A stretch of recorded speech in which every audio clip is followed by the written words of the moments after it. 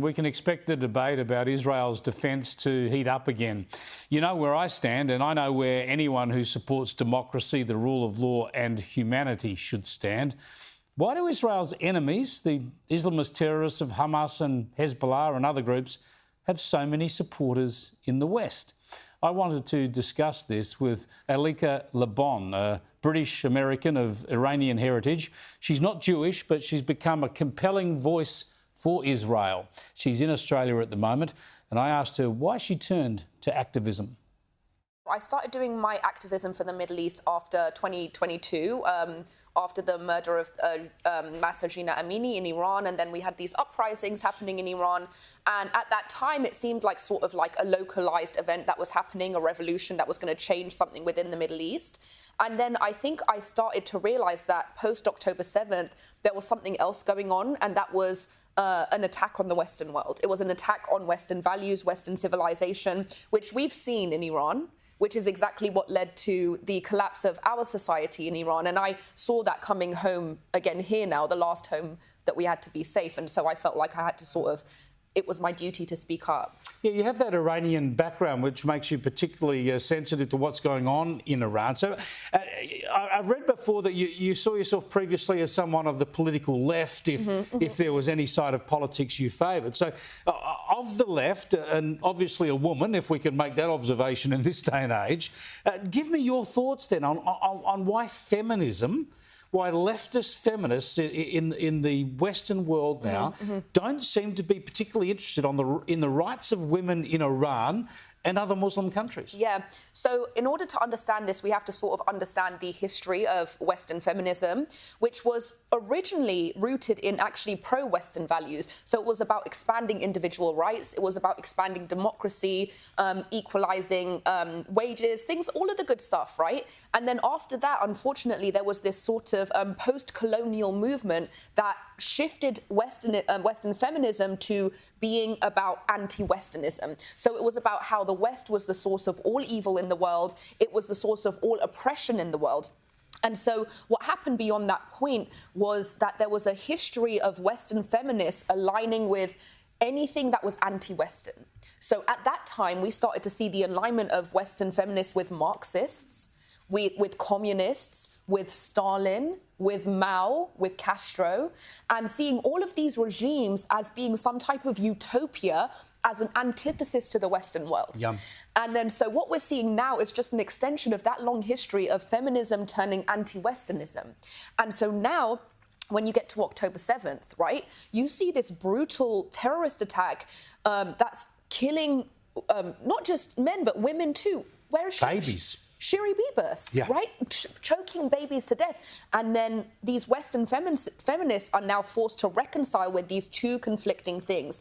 You have this representation of Western civilization and Western values with Israel, right? And then you have the Hamas terrorists that are committing atrocities against Israeli women. But because they're so anti-Western, they cannot stand with Western civilization, and they have to ally with the Islamists, with the terrorists who are their ally against the Western world. It's frightening because the Western values of democracy, the rule of law, of liberalism, these are core to our very existence and to human rights around the world. So let's start off with the feminist aspect for a minute then. And surely we need to just forget the sort of political feminist then and just appeal to women and to men who have sympathy for women's rights. It should be all good-thinking men. We should be just explaining to them the way that women are being treated in Iran and how, as a global community, we ought to be protesting about it and trying to help Iranian women overcome it. I mean, it's not for not knowing, right? It's not that they don't know what's happening in Iran. They know very well that what's happening in Iran. The problem is that these values that are for the betterment of all of humanity, because they're labelled as Western values, they're considered to be bad. But at the end of the day, what Western values are individual rights. They are democracy. They are humanitarianism. They are protecting men and women from, you know, in Iran, they're lynching them from cranes. They're torturing them, you know. But because you put this word Western in front of these values that are humanitarian values, they have to be against it. And it's such a shame. It's such a shame. Well, if you go to Gaza, then this is the issue here. Because Hamas, who are really a death cult, they're a jihadist Islamist death cult, but they use the guise of Palestinian aspiration to cover for their atrocities. But because they use that guise, we have all these Western liberal-minded people in the West sort of supporting their cause and turning a blind eye to the horrific atrocity of October the 7th because somehow they want to support Palestinian aspiration. Don't we need to divorce the two? Absolutely, and the reality is, and everybody knows this, whether they're willing to admit it or not, everybody knows this. Hamas is not for the Palestinian people. Hamas is not for the betterment for the Palestinian people. Hamas thwarts the prosperity of both Palestinian and Israeli people. And everybody understands that what is for the best interest of both sides here is the absence not just of Hamas, but any of these jihadist Islamist groups that are hell-bent on the destruction of Israel. So then we ask this question, why don't you support harmony between these two people? Why don't you advocate for peace?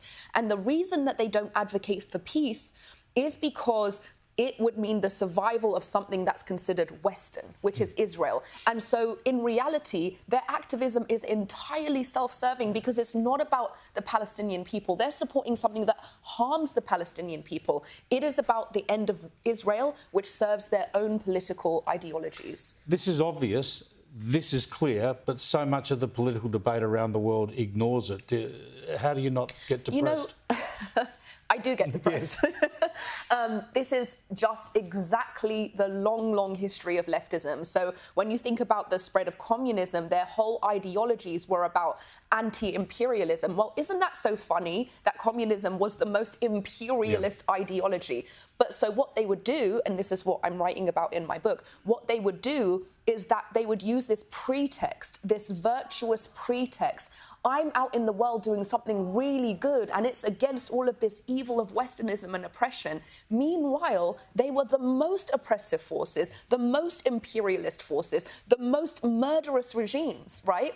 And so this is actually just a long history of leftism that has hidden itself behind the most evil forces under guise of humanitarianism. And unfortunately, the Western world still has not woken up, even after more than 100 million deaths. We've got to keep having these discussions. Thanks for bringing your insights to Australia.